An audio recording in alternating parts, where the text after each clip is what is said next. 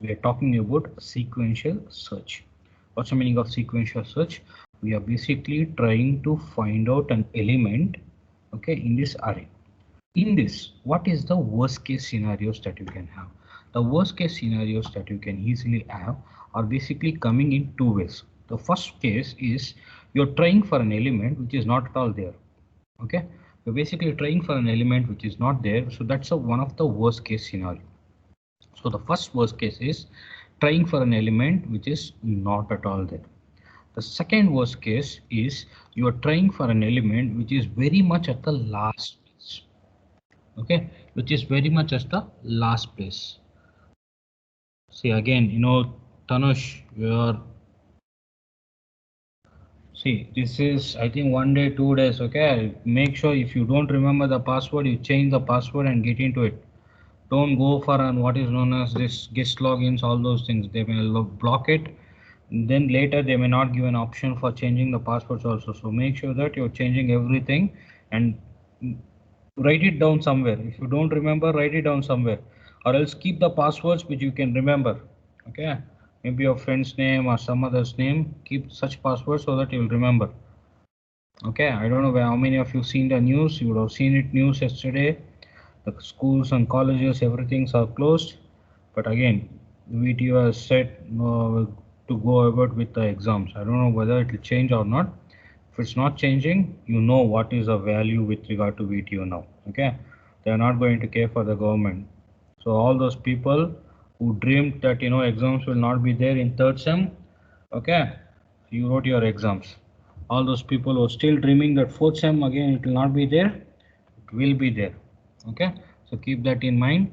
VTO will not cancel any sort of examinations. One time they have done that, I don't think so it's going to repeat again. Okay, so let's look into this. What is the thing I was telling you? The worst case scenarios. You're searching for an element which is not at all there.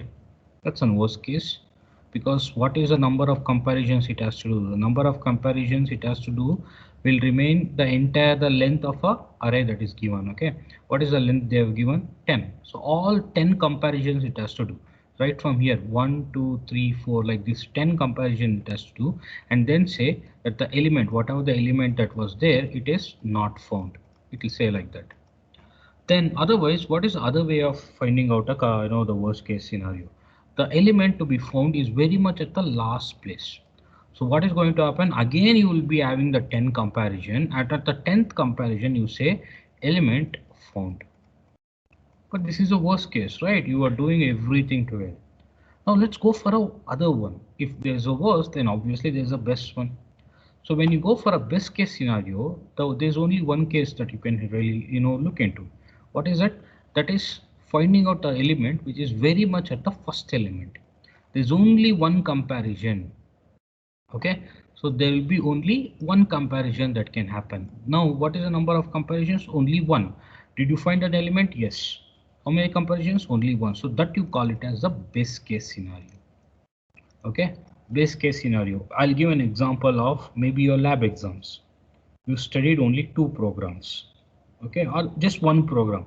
How many there were in the data structures lab? Were 12 or 14 programs, right?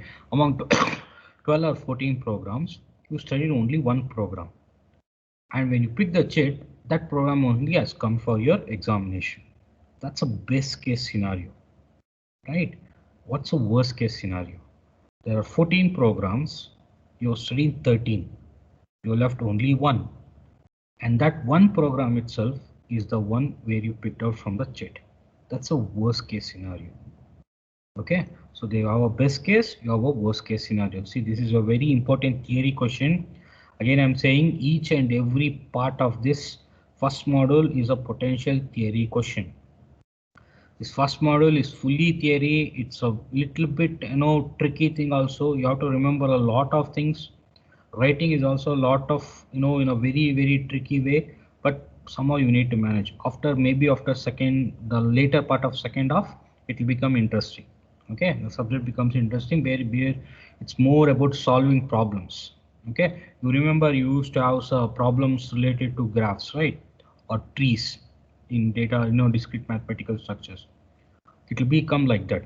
Okay, remember the problems on trees where you used to draw prefix trees, optimal trees and all. The problems will be similar to that after probably the later of second model. Till then, lots of theory you have to remember. Okay, so this is a base case. Now how you put that into perspective with regard to this? This is how you put the worst case scenario. You can see very clearly. See, all this thing you need to write. Understanding is all fine, but when it comes to writing, you have to write this. Okay, so what is the worst case scenario? The worst case scenario is, you can see very clearly, efficiency for the worst case input of size n, for which the algorithm runs the longest among all possible inputs. Okay, longest among all possible inputs. Okay, so sequential search, same thing. You start from I is equal to 0, keep on comparing up to n. Okay, so that's your worst case scenario. And how do you represent that? You represent it like this. The running time of an algorithm can be different for same list of n. Okay, in worst case, there is no matching elements, or the matching element happens to be at the last one of the list. And how do you write it? You write it like this. See, the worst case scenario of n is equal to n. Why it is equal to n? Because whatever the number of elements, 10 elements you have given, that many comparisons would have been done. So it will be equal to 10 only. Okay, so that is, C of n is equal to n. The worst case analysis provides that an algorithm's running time will not exceed whatever. See, can it exceed 10 comparisons? No. 10 elements, worst case is 10 comparisons. Can it go for 11, 12, 13 and all? No. Okay, that is how you need to remember all these things. Okay, it's running time on the worst case inputs. Okay, then the best case. The best case efficiency of an algorithm is for which the algorithm runs the fastest among all the inputs. Fastest means the example I gave you. There are 10 elements. The element to be searched is right at the first element.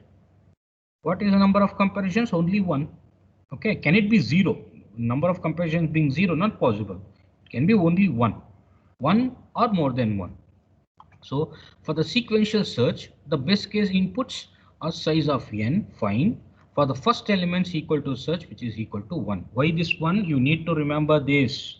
Okay, once the model is all done, I'll be selling you what is known as the important questions, everything.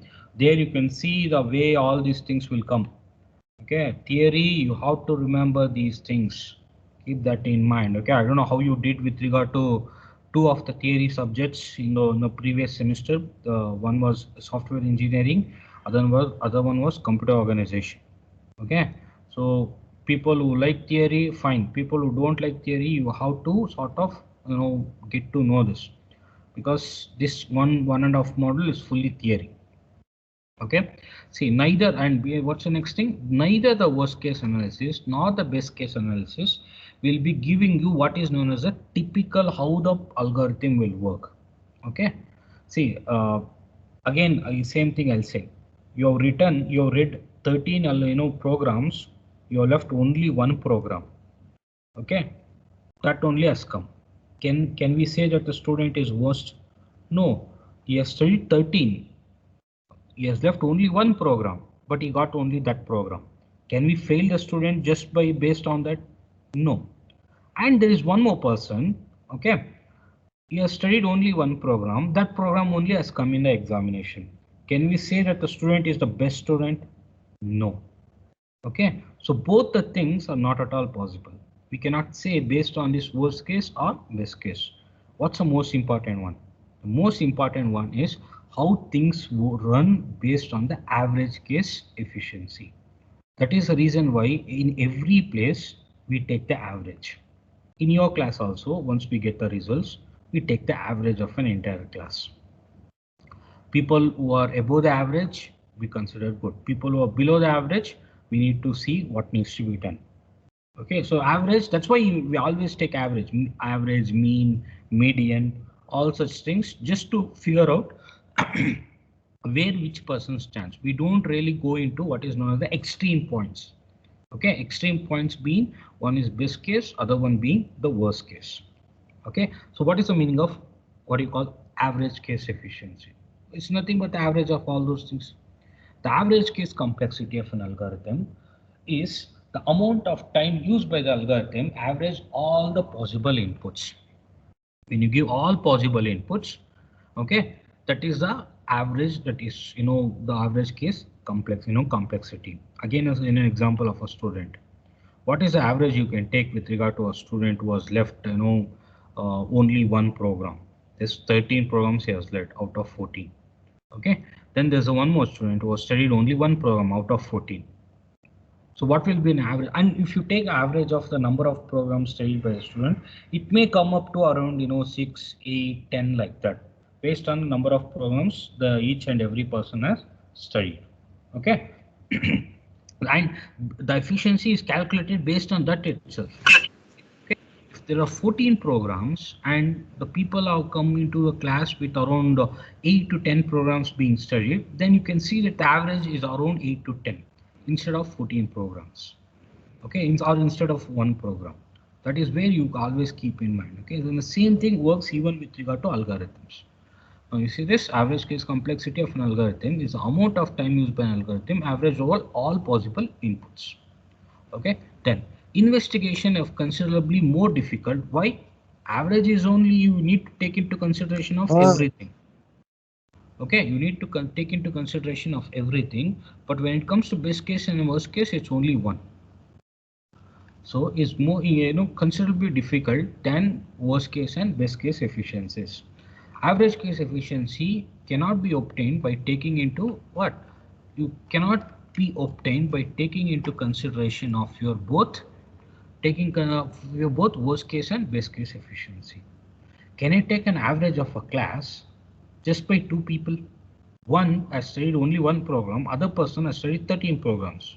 Can I take an average just by those two people? No. And they say, 1 plus 13 divided by 2, 7 programs is average. No. We need to take the consideration of everyone in the class. You guys are 66 something. Okay. You need to take into consideration of everyone. See the number of programs you people have studied. That will become the average of the number of programs studied by a class out of 14. Okay, that is how it basically works, Tumanda. This is some things which you need to keep in mind. Okay, please don't forget. Next, the summary of this. Okay, so when you put all these things into perspective, the performance analysis framework and all. Okay, what is the summary of you can sort of get through with this? The summary is very simple. Okay, I put the same thing again. Both time and space efficiency as measured as a what? A function of input size. Based on the input size only, you will be having both your time and space efficiencies. Okay, then you move into what is time efficiency. What is time efficiency? You studied in the previous session also. Counting the number of times the algorithm's basic operation is executed. I told you example of what is the basic operation. We took the example of binary search, right? You know that loop and all, very important loop, where how many times that loop is getting executed, that many times is the efficiency of that is the time efficiency of that algorithm. Okay, then space efficiency is counting the number of extra memory units consumed by the algorithm. Then you move into the efficiencies of some algorithms may differ for the same set of inputs also. Okay, it will differ even with the same inputs, it will be varying. Okay, then the other one, how do you find out for such things? What do you find out? You find out what is known as the worst case, best case, and the average case of things. Okay, then the framework, the most important aspect of all these things. Okay, the framework of all these things, the primary concern of all these things is to find out the order of the growth of algorithms running time. Okay, or the memory, which basically means space or time complexity whenever the input size keeps on increasing.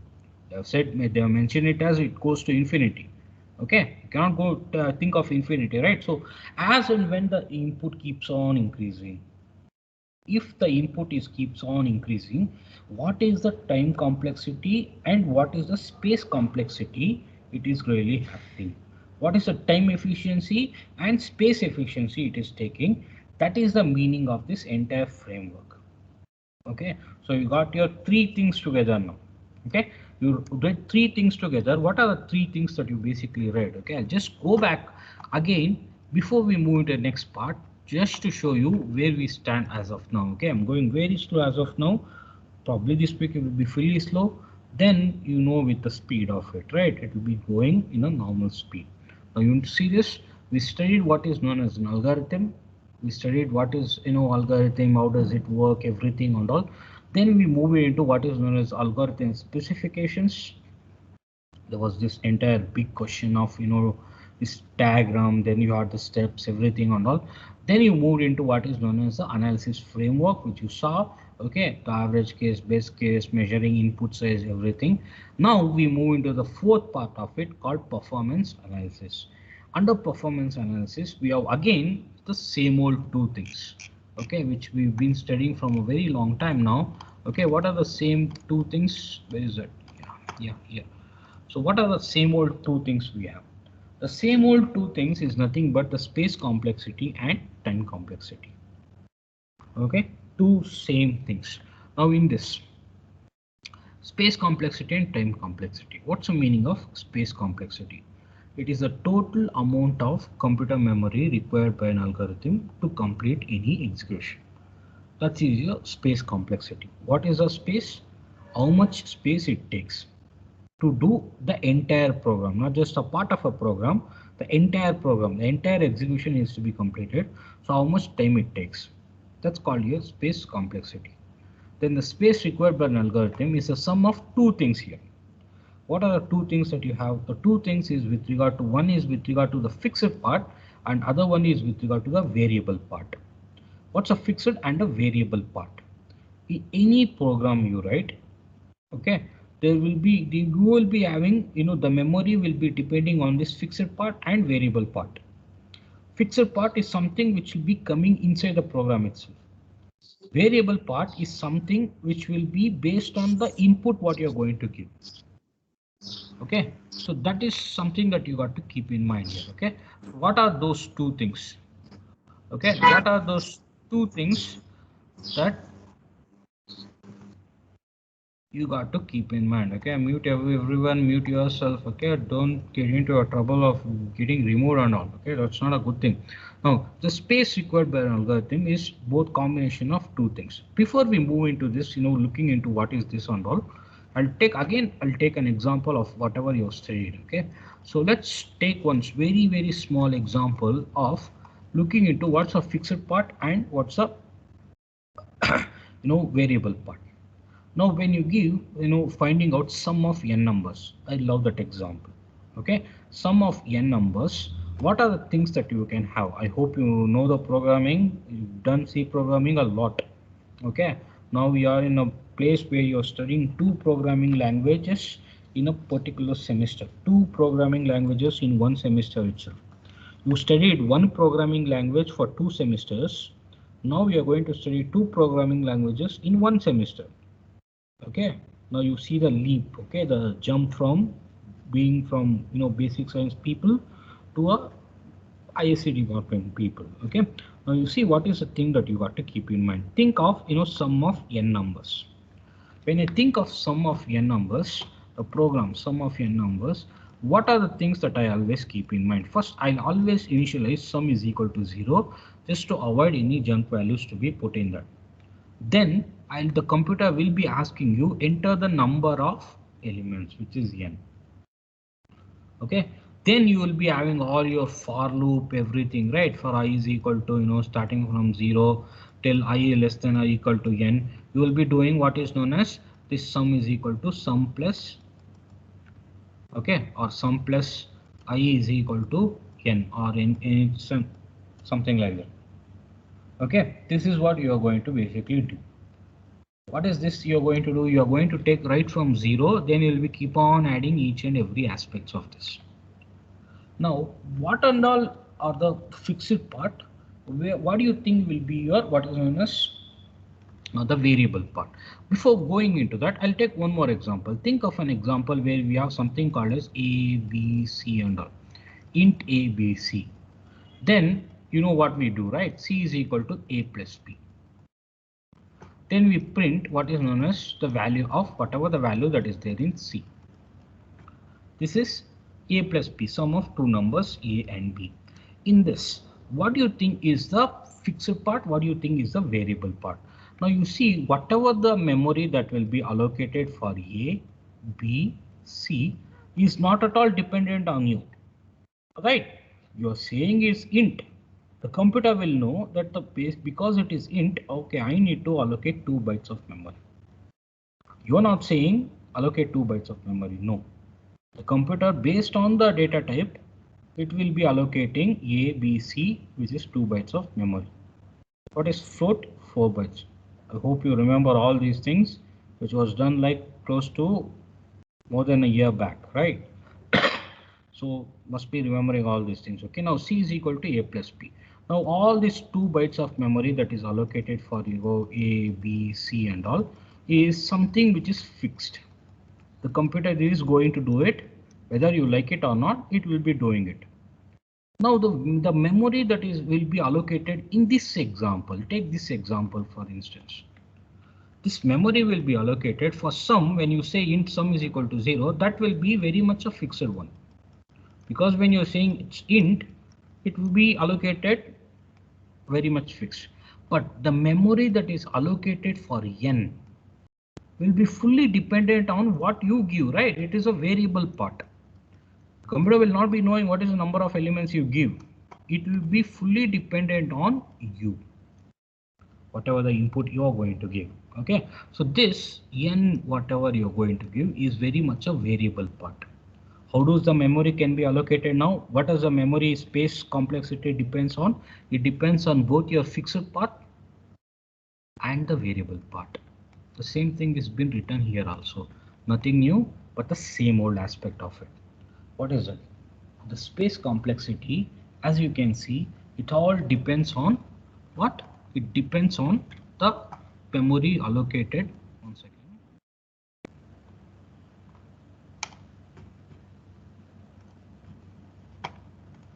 Okay, it all depends on the total memory that is being done by two parts. One is fixed and variable part. Okay, the fixed part is you are going to put everything in a series independent of the input and the output variable. The computer is going to do it for its own. It is fully independent of what is the input you are going to give or an output you are going to get. So what are the the examples for it? The examples will be like this.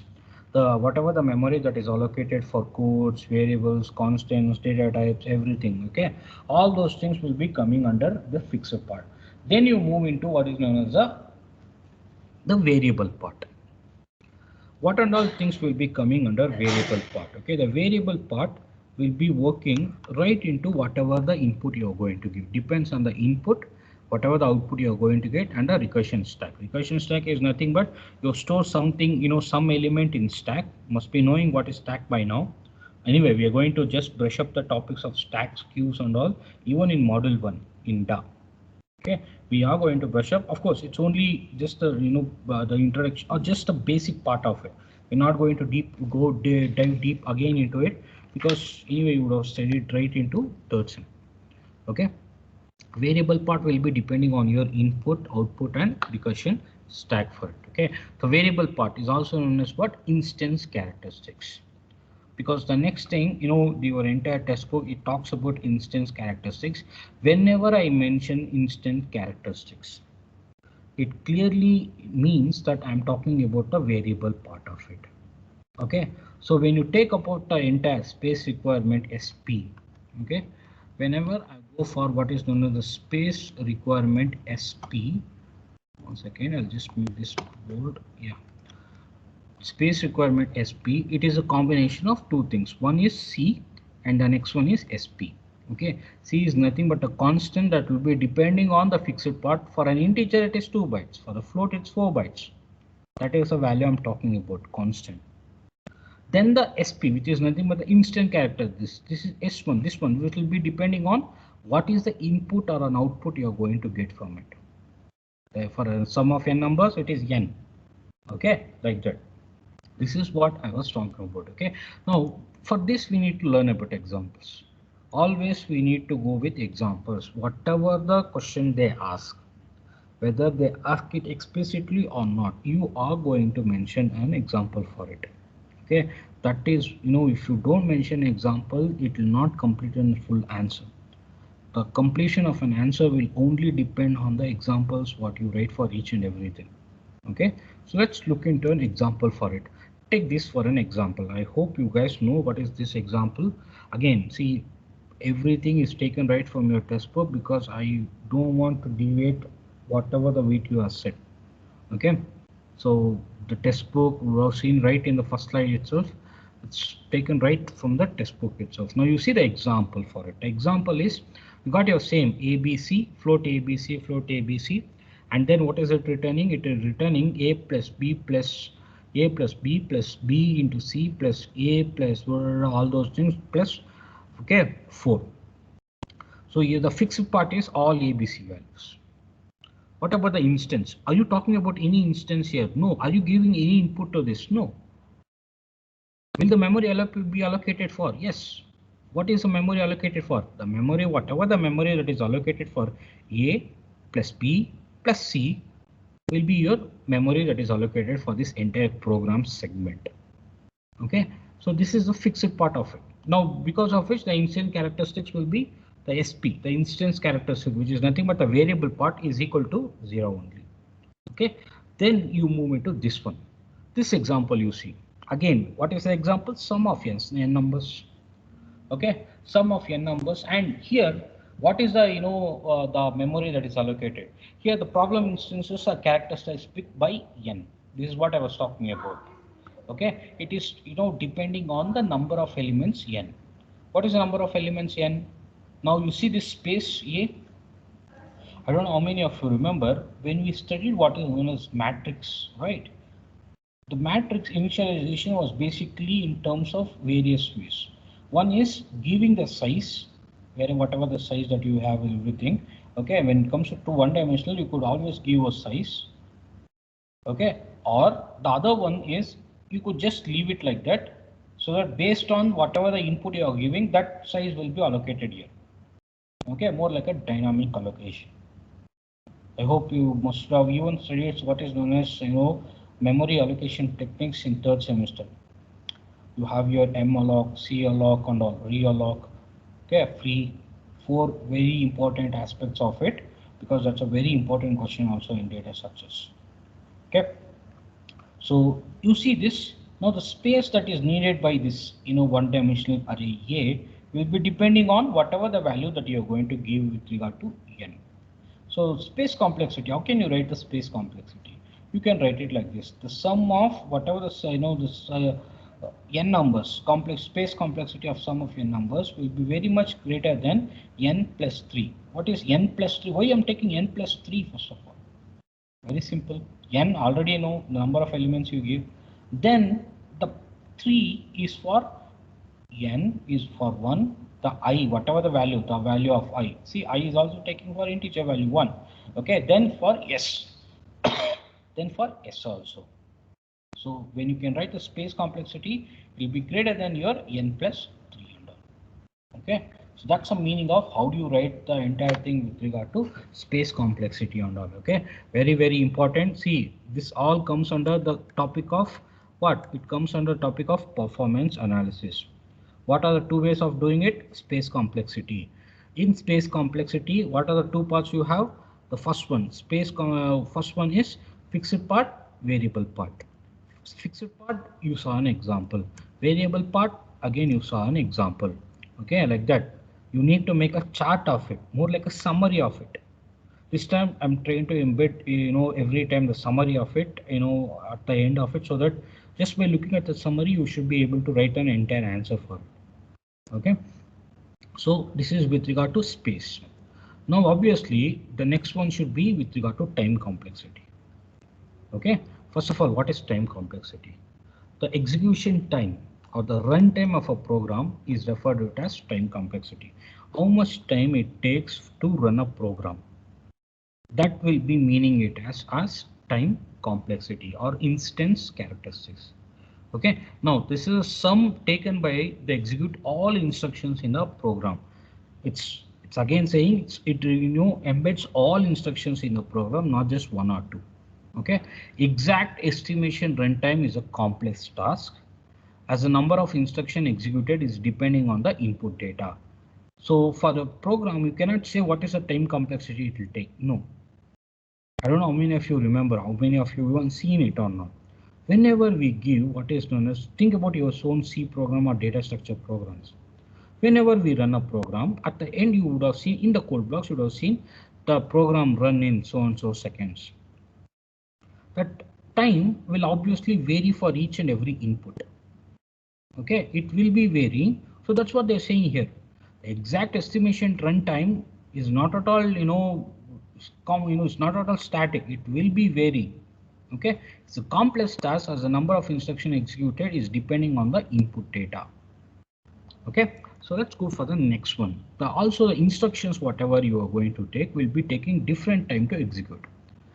For maybe a recursion, okay, a recursive statement may take a longer time compared to if you use what is known as a switch statement, or a while may take a longer time compared to a for statement.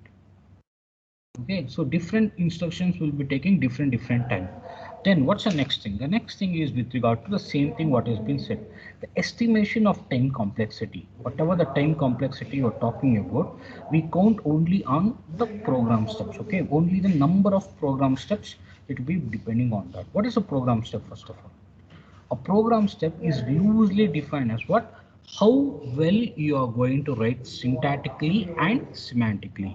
Now, I don't know how many of you know this. These two very important words. Syntactically means how well you have written the syntax of a when you take a program, writing a syntax of a program is very important. You need to end, I'm talking about C programs again. You need to end with semicolon, you need to have double quotes, some places you need to have single quotes, some places you need to have commas. Okay, you know the rules, of C program, that is known as syntax, syntactically. Okay, syntactically, that's everything related to rules, everything. Syntax is comes under what is known as syntactically. So what is semantically? Semantically is logic of a program. We write sum of n numbers. What is the logic for it? You start with 0, then you keep on adding whatever the numbers that you give. Okay, 0 plus 1, then 1 plus 2, then 2 plus 3, like that. Now, we'll be keep on adding that logic. That logic comes under the thing called semantically. Okay, so program step, whatever the program step you have, it should be both syntactically correct, semantically correct. Okay, that only, as that the execution time will be depending on both written syntactically and semantically well, that we call it as a program step. Okay, so what is, each and everything will be having different size. When you take comment lines, it has 0 steps because it is not at all considered. Okay, it will be having 0 steps because it's not at all considered. Comment has 0 steps, but whenever assignment, it has 1 step, right? What is that 1 step? A is equal to 10. The 10 value needs to be put into A. That value, it should be done. It should be doing that task. That A is equal to 10. The 10 value needs to be put in A, right? So it is having that 1 step. Okay. What's the next thing? So this is something which you got to keep in mind. Now again, time complexity can be done in 2 ways, just like your space one. Space complexity depends on 2 things. Here the time complexity can be calculated in 2 ways. Okay, what are the 2 ways that you have? The first method, we introduce what is known as, a thing called count. Okay, we introduce a new variable called count. Again, I missed this new variable. That is where, okay, new variable called count in the program, which will be initialized to 0. So what does it do?